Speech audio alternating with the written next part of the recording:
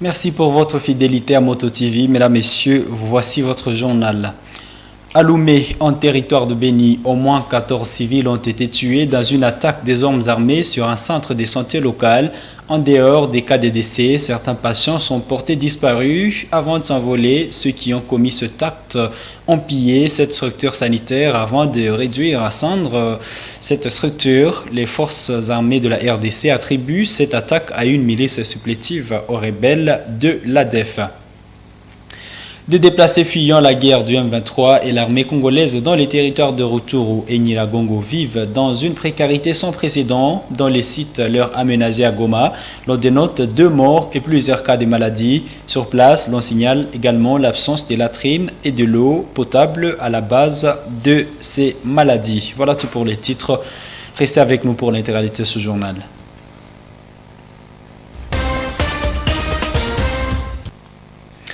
Mesdames et messieurs, bienvenue dans l'intégralité de ce journal. Au moins 14 civils ont été tués dans une nouvelle attaque des hommes armés en commune de Lomé, en territoire de Béni. Les assaillants ont également pillé et incendié un centre de santé avec des patients et des gardes malades à l'intérieur. Certains sont morts et d'autres portés disparus. Les forces armées de la RDC attribuent cette attaque à une milice supplétive aux rebelles de l'ADF. Delphin Mupanda nous en parle dans ce récit.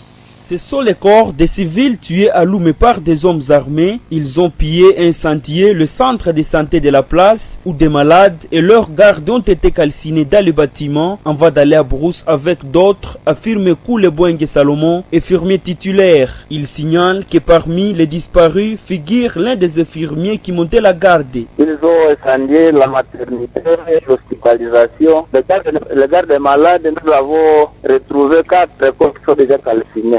D'autres personnes qui sont disparues. Et parmi les gardes malades, il y a d'autres aussi que nous n'avons pas encore retrouvés. Parmi les infirmiers, 3 qui montaient la garde, il y a un que nous n'avons pas encore retrouvé. Pour les patients, il y a 4 corps. Au total, nous avons 13. Les médicaments sont là, sauf que tous les matériels qui se trouvent dans l'hospitalisation et aussi dans la maternité, il y a aucun. Tous les sont déjà calcinés, tous les matelas, partout dans l'hospitalisation, dans la maternité. La nouvelle société civile du Congo déplore l'absence des militaires congolais dans la zone lors de l'incursion, ce que reconnaît les forces armées de la RDC. Capitaine Anthony Maloucha, porte-parole des opérations Sokola 1, justifie que les forces de sécurité étaient en patrouille dans une autre entité. Il ajoute que cette attaque a été menée par une milice supplétive aux ADF. Il annonce que les FARDC ont mis hors des combats 3 assaillants et capturé un autre. Malheureusement, les forces de l'ordre n'étaient pas sur place parce qu'on était en patrouille du côté Mutanga et arrivé sur terrain de nos renforts, nous avons trouvé une sorte de carnage réalisé par ces mouvements commandés par un certain Dido qui depuis un certain moment a signé des contrats avec les terroristes ADF-MTM dans cette zone. Pendant notre riposte, nous avons réussi à neutraliser non seulement 3 éléments de ces mouvements, mais aussi capturer un qui nous a en train de témoigner que l'ennemi est en train d'élargir ses réseaux de collaborateurs. Cette attaque s'ajoute à plusieurs autres qui se sont déroulées dans le secteur de Rwenzori, notamment à Boulongo, qu'il y a eu environ 2 sur la route Beni-Kassindi. Outre une vingtaine de civils tués, des véhicules ont été incendiés dans des embuscades. Les forces conjointes FARDC-UPDF ont annoncé les opérations militaires dans quelques matins pour désinfecter cette route. Parlons sécurité toujours. 2 morts, plutôt, parlons société alors, 2 morts aux côtés de plusieurs cas de maladies et de mauvaises conditions de vie. C'est la situation rapportée dans les lieux où sont accueillis des déplacés qui fuient les affrontements entre les terroristes du M23 et l'armée congolaise, dont les territoires de Rutshuru et Nyiragongo. Là-bas, il manque de latrines et de l'eau potable, ce qui favorise des maladies. Il lance un SOS au gouvernement congolais de leur venir en aide et de rétablir la sécurité dans leur milieu de vie naturel. Nous vous proposons ce reportage de Didi Mastaki, notre confrère de Mutetezi depuis Goma. Déjà 2 morts, des réfugiés ayant fui les combats entre les M23 et les FARDC sont déjà enregistrés dans les sites qui les a accueillis à Nyiragongo. Ces morts sont liés au manque d'assistance humanitaire en faveur de ces déplacés. Ils vivent sans eau potable, moins encore la nourriture, en dépit des alertes qui proviennent de presque partout. Ces disparus, des enfants, sont décédés à cause du manque de prise en charge médicale, faute de moyens financiers. Les hôpitaux dans lesquels ils ont été repêchés, alors malades, leur ont refusé accès aux soins de santé, comme le témoignent les présidents de ces sites. Watu wako nakufa, tulisha kufisha watu mbili kwa ajili ya ukosefu ya chakula, kwa ajili ya ukosefu ya maji, kwa ajili ya ukosefu ya dawa. Na wale watoto wakati tuliwapeleka kwa hospitali waliweza kuomba mkimbizi pesa, na wakati pesa zilikosekana ikakuwa lazima arudie kwa masomo, na kufika pale wakakufa watoto mbili. Na wakati walimaliza kufa tuliomba msaada kwa watu wenye wanawezi wazika fasi yote ku protection civile fasi yote, lakini hatukupata msaada yoyote. Tuliwazika ovyo ovyo,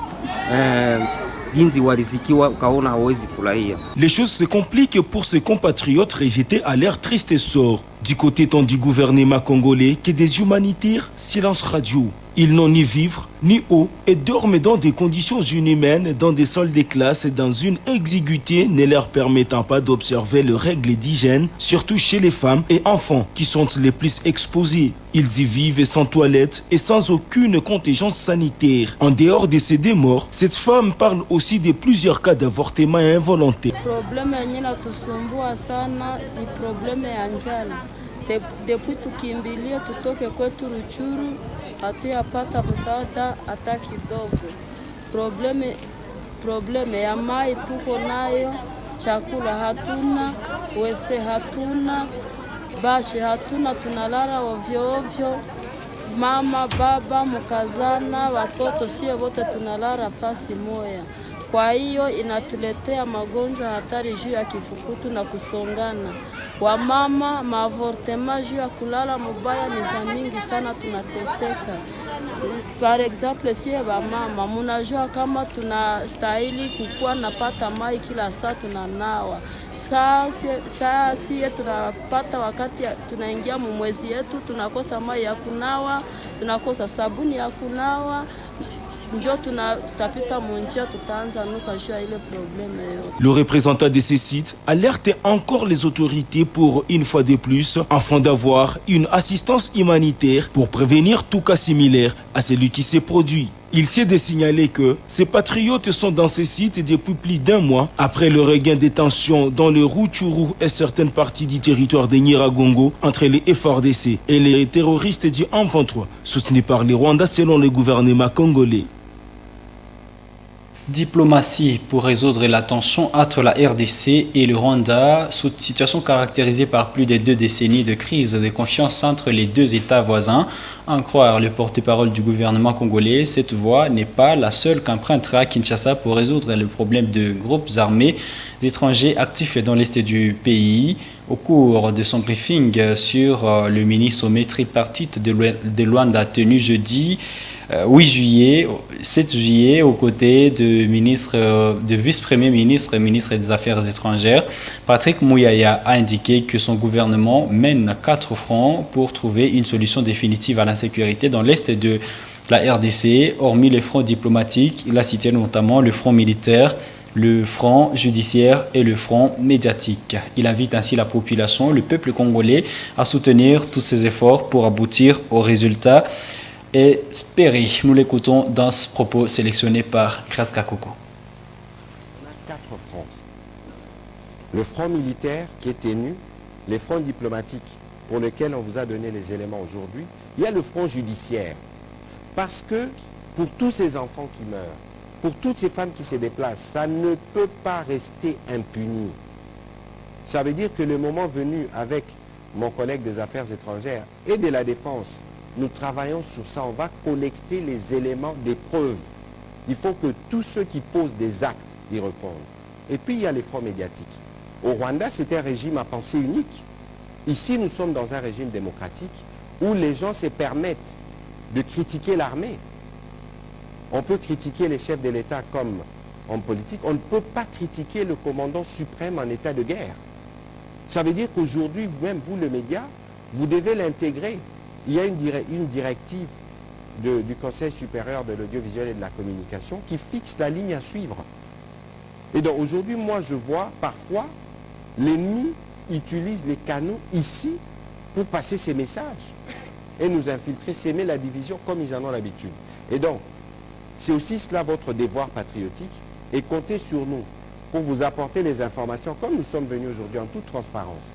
Mais les informations opérationnelles, les informations des guerres, on ne peut pas toujours les divulguer parce que cela peut être utilisé par l'ennemi. Et malheureusement, on voit parfois des images circuler des militaires au front, parfois qui ne sont pas authentiques, parfois qui sont faux, mais tout ça, vous devez faire attention pour nous appuyer pour qu'une fois, pour toutes, nous puissions en finir. Et je vais terminer en disant que quand nous sommes partis à Luanda dans le processus, ce n'est pas de la naïveté que de vouloir négocier. Mais aujourd'hui, nous devons regarder les Rwandais en face. Sont-ils sincères? Cela va se résumer à cela. Aujourd'hui, on parle de la reprise des hostilités. De toute façon, on va tester leur bonne foi. Sur le front diplomatique, c'est eux qui seront exposés. Parce que le mensonge ne peut pas durer longtemps. Et donc, nous, on veut la paix. Il faut que ceux qui veulent la paix puissent construire la paix avec nous. La société civile du Nord Kivu reste pessimiste dans la démarche entreprise par la tripartite de Luanda qui vise à faire asseoir la paix dans l'est de la République démocratique du Congo. Edgar Katembo Mateso, premier vice-président de cette structure citoyenne, juge ces échanges d'hypocrites. Il estime que la présence du président rwandais à ce dialogue prouve en suffisance qu'il travaille en connivence avec les terroristes du M23. Pour Edgar Mateso, il est encore temps de passer à la vitesse supérieure pour anéantir ces terroristes du M23 et les mettre en accusation devant les cours et tribunaux internationaux. Suivez Edgar Mateso dans ce propos recueilli par mon Mpendi Mazikeli. D'une part, on pourrait dire qu'il y a un malentendu doublement attendu. Nous avons affaire à un conflit entre le Congo et le Rwanda. Et le Rwanda utilise le M23. Et le Congo va à dialogue avec le Rwanda. Bien sûr, il laisse le M23, bien entendu. Et ils vont discuter la question de la sécurité pour arrêter les hostilités du M23. Or, bien avant cela, avant les accusations de la RDC, qui a accusé le Rwanda d'avoir soutenu le M23, vous allez constater que le Rwanda était en train de refuser ce soutien à ces rebelles du M23, mais accepte quand même d'aller parler à son nom. C'est la première contradiction, le premier malentendu. Le deuxième malentendu, c'est que le Congo qui a refusé de négocier avec les terroristes, parce que c'est comme ça qu'il a qualifié le M23, aujourd'hui quand même, il accepte d'aller négocier avec le patron du terroriste, le Rwanda. Ça devient le deuxième malentendu. Et avec cet imbroglio, le Rwanda, qui ne veut pas se faire passer pour porte-parole du M23, accepte d'aller et laisser le M23, mais quand même présente les revendications du M23. C'est à ce niveau que nous sommes en train de dire que le président Kagame a avoué, malheureusement de manière tacite, peut-être ça le dire, que c'est lui le patron du M23 et que ça ne valait plus la peine de continuer les processus. Il fallait plutôt directement prendre le Rwanda et le mettre en accusation devant les cours et tribunaux, justement devant la Cour internationale de justice ou devant la Cour pénale internationale, parce que nous avons affaire à un pays qui a agressé un autre. Et le Congo, malheureusement, n'a pas voulu suivre cette démarche. Au même moment, le Rwanda présente, encore une fois, les mêmes revendications que les rébellions. On parle de l'exploitation des ressources naturelles. Ce qui est important, c'est que l'on lève l'option finalement de battre et de vaincre. Et ce n'est pas impossible. L'armée congolaise nous l'a prouvé en 2013 lorsque le M23 a été défait.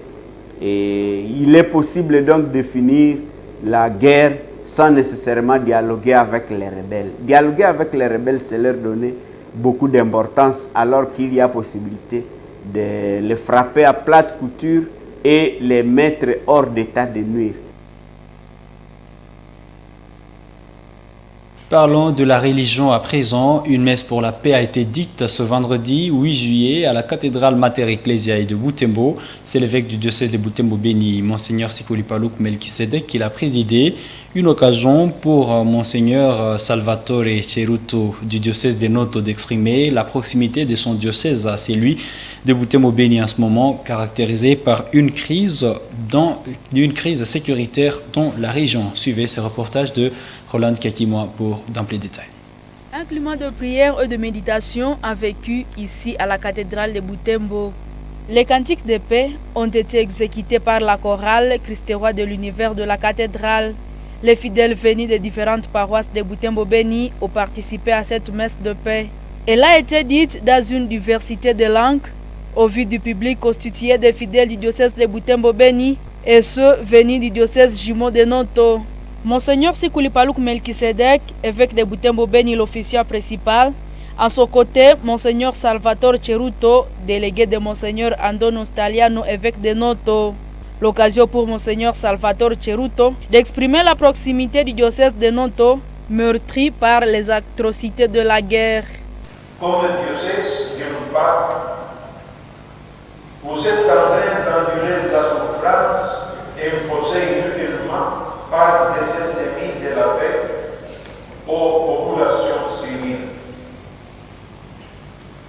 On assiste depuis des décennies à des pertes de vies humaines, des destructions méchantes des structures des sanitaires et de l'éducation, en centaines de maisons d'habitation et sur nos routes des camions et des marchandises.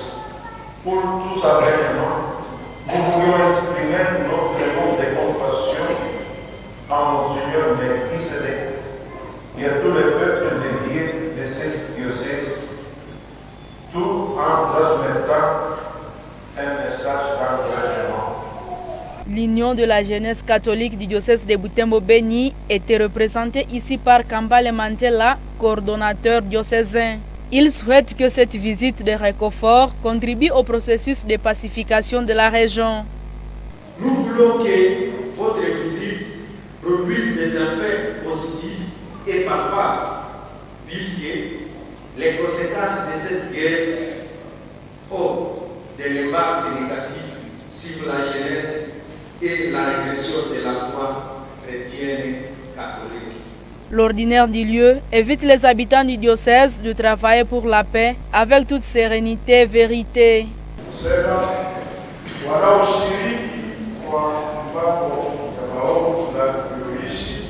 Ce ne sont pas seulement les ADF qui exécutent la population de Butembo-Béni. Parmi nous, il y a ceux qui facilitent ce massacre et sont bénéficiaires.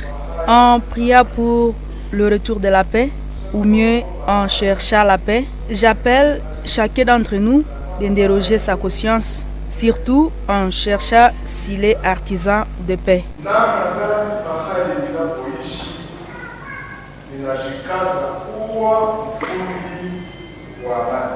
Les diocèses de Butembo-Béni ne cessent de saluer la présence de la délégation spéciale de Noto pour cette visite de combattion.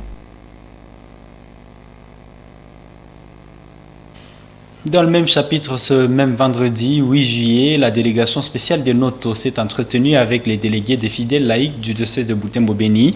Il était question de faire un parallélisme entre les laïcats de Butembo-Beni et celui du diocèse de Noto.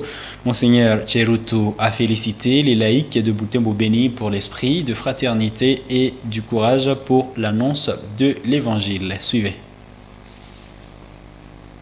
Après la messe de la paix, les délégués des fidèles laïcs de Butembo-Beni et ceux du diocèse de Noto se sont réunis dans la salle des légionnaires de la cathédrale. C'était un moment d'échange, d'écoute et de partage d'expériences de vie des laïcs de Noto et ceux du diocèse de Butembo-Beni. Monseigneur Salvatore Cheruto a encouragé les laïcs du diocèse de Butembo-Beni pour le modèle de vie caractérisé par un esprit fraternel. Il faut que vous preniez conscience que vous êtes témoin de la voie pour l'Église universelle. C'est que vous vivez ici, dans l'Église, dans le domaine de la liturgie, dans le domaine des œuvres sociales. Je pense au centre de santé, je pense aux écoles. Ce que vous vivez ici est un modèle pour l'Église du monde entier.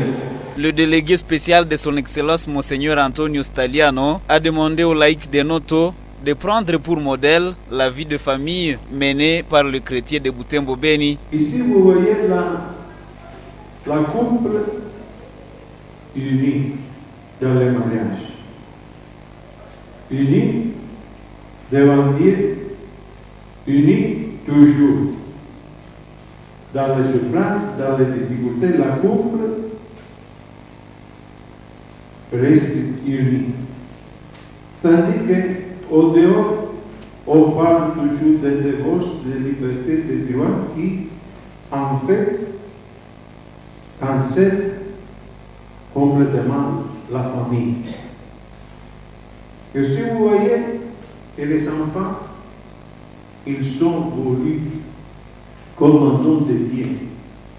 Les enfants qui naissent ne sont pas une difficulté, mais sont un don de grâce. Donc, on a bouleversé complètement l'essence de la vie de la famille que le Seigneur même lui nous a donné.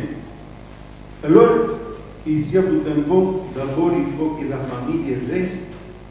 C'est que le Seigneur a pensé au début pour la famille. Et encore, nous l'avons ici. Jamais vous copiez ce que font les autres dehors. Vous n'êtes pas élèves sur la famille. Vous êtes des maîtres. Il faut que les autres ils apprennent ce que vous vivez.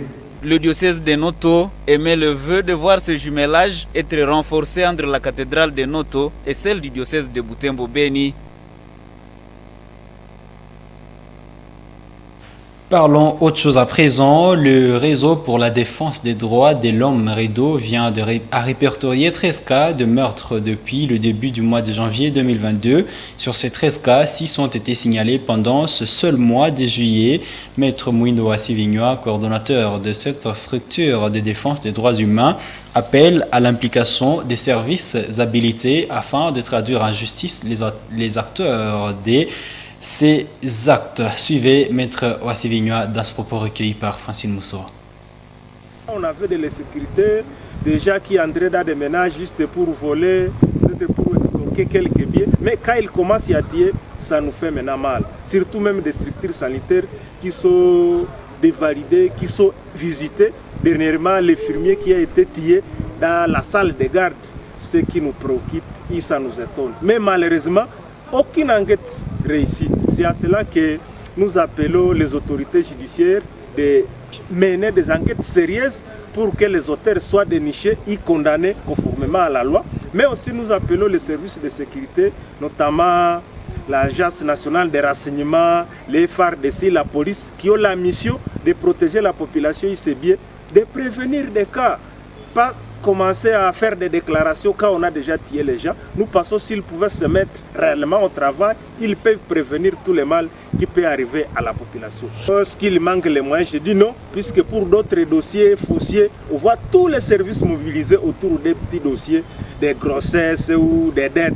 Alors que pour des grands dossiers où on a tué les gens, on n'a jamais vu une enquête réussie à Ville de Butembo. Pourtant, les cas, plus de 13 cas d'assassinat et meurtre à Ville de Butembo, aucun dossier à justice. Mais ça nous préoccupe. Alors que pour des petits dossiers de dettes, comme j'ai eu à le dire tantôt, des parcelles, on voit tout le monde mobilisé. Des fois, ils se querellent pour les dossiers. Mais à cas d'assassinat, aucun résultat.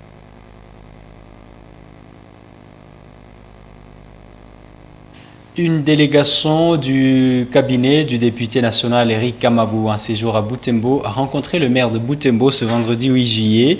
Au cours de cet tête-à-tête, les visiteurs ont proposé à l'autorité urbaine quelques pistes de solutions aux problèmes qui freinent le développement de la ville. Ces problèmes qui sont entre autres l'insécurité, les défis de l'électrification de la ville, mais aussi la perception de la taxe voirie urbaine dont l'affectation révèle quelques soupçons. Eugénie Moussivirois dans ce reportage.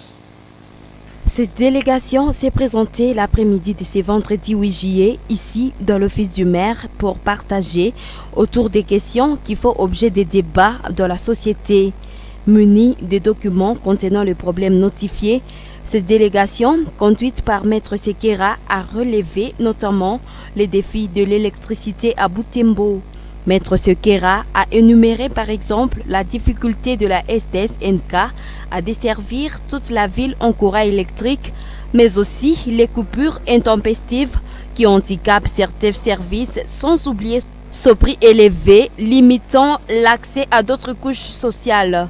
Il encourage le maire à accélérer les formalités administratives pour faciliter l'accès à Virunga Énergie, une autre société œuvrant dans le secteur de l'électricité, et ainsi créer de l'emploi à travers la création des usines et des industries.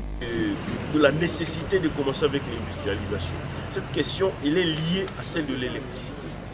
Et donc, il faut même reprouver, je peux même dire blâmer, tous ceux qui sont fils du coin, mais qui sont en train d'empêcher à ce que la concurrence puisse être matérialisée dans la vie de Butembo. C'est suicidaire.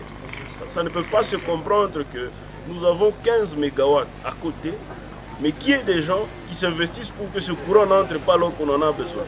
Pour notamment l'eau, pour l'industrialisation, mais qui devra nécessairement créer des emplois et qui va nous permettre d'avoir une certaine indépendance en fait, dans le cadre des produits dont nous avons besoin. Il y a aussi la lenteur administrative. C'est vrai, le maire de ville, il a dit qu'il est aussi informé que la commune de Moussoussa et celle de Boulenguer a une commune à Béni.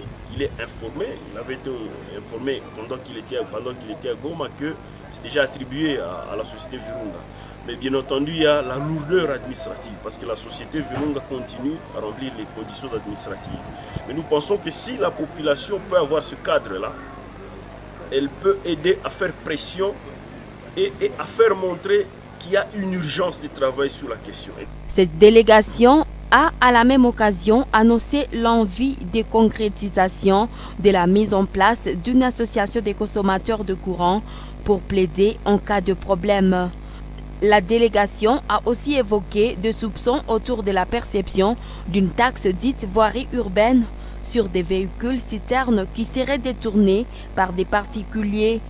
Maître Sekera a suggéré au maire de saisir le procureur de la République pour se renseigner sur la destination de ces fonds et ainsi présenter à la population sa contrepartie. La taxe conventionnelle qui est payée depuis aujourd'hui bientôt 10 ans, si on peut dire ainsi, ça doit être entre 7 et 8 ans comme ça, depuis que cette taxe conventionnelle est payée. Et l'honorable Eric a récemment, en tout cas, écrit au gouverneur militaire pour lui demander de s'impliquer pour que la contrepartie soit visible, parce qu'en vue de Goma, on voit la contrepartie. Mais nous attendons la contrepartie ici. La contrepartie, elle est faible. Il y a peu de routes qui sont asphaltées, peu de routes qui sont macadamisées, alors que les citoyens sont en train de payer. Et nous avons sollicité le maire de ville pour lui dire il faut qu'il soit aussi prêt. Nous lui avons proposé d'être prêt, même à se constituer partie civile, parce que au regard de ce qui s'était passé avant l'état de siège, il y avait une commission d'enquête qui avait été instituée, mais qui a fait plus d'une année sans qu'elle ne vienne, parce qu'il y avait de blocages. Il y a des graves soupçons que cet argent est en train d'être détourné. Et nous avons proposé au maire de ville d'être prêt même à se constituer partie civile et même de saisir le procureur de la République pour que les enquêtes commencent et que les gens cessent quand même de jouer avec l'argent du contribuable parce qu'on en a besoin. Cette délégation de haut cadre du RCD-KML a, au cours de cette assise, parlé de l'insécurité qui fait perdre notamment aux commerçants leurs produits dans divers incendies de la part des groupes armés négatifs. Dans cette démarche, cette délégation est venue solliciter l'appui de l'autorité urbaine en termes de plainte auprès des élus de Butembo pour qu'un budget soit affecté pour l'indemnisation des victimes. D'où son appel à ces dernières à rassembler les preuves pour faciliter l'opération. Parlons éducation chez nous. Les étudiants de l'Université de l'Assomption au Congo, Institut supérieur de développement de l'Assomption UAC-ISDA, sont partis en excursion dans la localité de Kiavinyonge ce vendredi 8 juillet. C'est dans le cadre des activités para-académiques qui prévoient habituellement 2 sorties chaque année. L'objectif est d'ouvrir les étudiants à découvrir des milieux de la nature. Sur place, ils vont visiter entre autres sites le site historique d'Ishango, le lac Édouard, une partie du lac du parc de Virunga. Les étudiants attendent de découvrir bien des merveilles de la nature à travers cette sortie. Nelly Mwengeshali, reportage. 7 heures, ils étaient déjà ici au site Kambali de l'IAC-ISDA en tenue de voyage. Plus d'une centaine d'étudiants ont souscrit pour cette excursion à Kiavinyonge. Vers 9 heures, les moteurs de bus sont bien réchauffés pour le voyage. Avant d'entrer à bord, l'aumônier de l'IAC-ISDA procède à la bénédiction de ses enjeux et une prière pour ses voyages. Certains étudiants de l'IAC-ISDA partent à Kiavinyonge pour la première fois. Ils se hâtent de découvrir les fameux lacs Édouard et ses poissons, ainsi que la richesse naturelle de ces milieux. Pour moi, cette sortie est vraiment capitale parce que je vais aller découvrir le parc, les sites du Chanko et puis les lacs Aldor. Souvent, on nous parle de cela, mais on n'a jamais vu ça. Pour moi, ça sera une occasion de voir ça avec mes propres yeux. Il y a aussi faire découvrir notre école dans le milieu là où nous sommes. C'est depuis l'école primaire que nous étudions l'histoire. Depuis l'école secondaire, on nous parlait toujours des Chago et autre chose. Alors pour moi, c'est une occasion d'aller visiter tous ces sites-là que j'ai appris maintenant. C'est le moment maintenant opportun d'aller visiter les sites en question. Pour le comité des étudiants qui organisent cette activité, en plus de la découverte de la nature, cette sortie est un moment de détente pour les étudiants qui se sont concentrés dans un lourd labeur scientifique à la première session récemment clôturée. Cette sortie a 2 objectifs principaux. La première, c'est d'aller d'abord découvrir des choses que nous étudions à l'université, des choses que nous avons étudiées à l'école secondaire, que nous allons découvrir là-bas à Kiavinyonge. Donc c'est une partie scientifique où nous allons faire des découvertes, mais également avoir des échanges scientifiques sur place. Et la deuxième partie, c'est au niveau des divertissements. On a beaucoup travaillé depuis le début de l'année académique et on est en train d'aller vers la fin. On est déjà dans la deuxième partie de l'année académique et nous nous disons que nous pouvons aller nous divertir un tout petit peu pour permettre, n'est-ce pas, aux étudiants de ne pas être seulement concentrés sur la matière, mais également d'avoir un peu le temps d'apprécier la nature et de se divertir, mais également de prier parce que nous allons également animer des messes sur place à Kiavinyonge. Nous allons aller à Ishango pour des découvertes de cette zone qui est vraiment historique et nous allons également naviguer sur les lacs et avoir des échanges avec les équipes du parc national de Virunga. C'est à 12 heures que les étudiants montent au bus. Ils sont accompagnés de quelques autorités académiques pour les assister dans ce voyage. Ils voyagent pour 2 jours à compter de ce samedi. Ils reviendront dimanche 10 juillet prochain. Parlons sport sans transition. Après avoir participé au tournoi international d'Algérie en tant qu'invité, les léopards locaux de la RDC seront en stage bloqué au Congo-Brazzaville à partir du mois de septembre prochain. Ce stage s'inscrit dans les cadres de la préparation du championnat d'Afrique des Nations CHAN Algérie 2023. Les léopards se rassembleront dans la capitale Kinshasa le 15 juillet avant de s'envoler pour Brazzaville, où ils livreront 2 matchs amicaux face à leur pays hôte le 27 et 31 juillet. Ce stage permettra à l'entraîneur principal des léopards locaux, Otis Sangoma, de faire les derniers réglages avec la sélection avant de croiser en double confrontation les Tchad le 28 août et pour le match aller le 28 août dans les cadres du match aller et le 4 septembre pour le match retour. En cas de qualification, la FECOFA prévoit engager la RDC dans un match amical face au Qatar le 10 septembre à Vienne en Autriche. Mesdames, Messieurs, c'est la fin de cette édition du journal sur Moto TV. Nous vous disons merci de l'avoir regardé et bon week-end chez vous. Au revoir.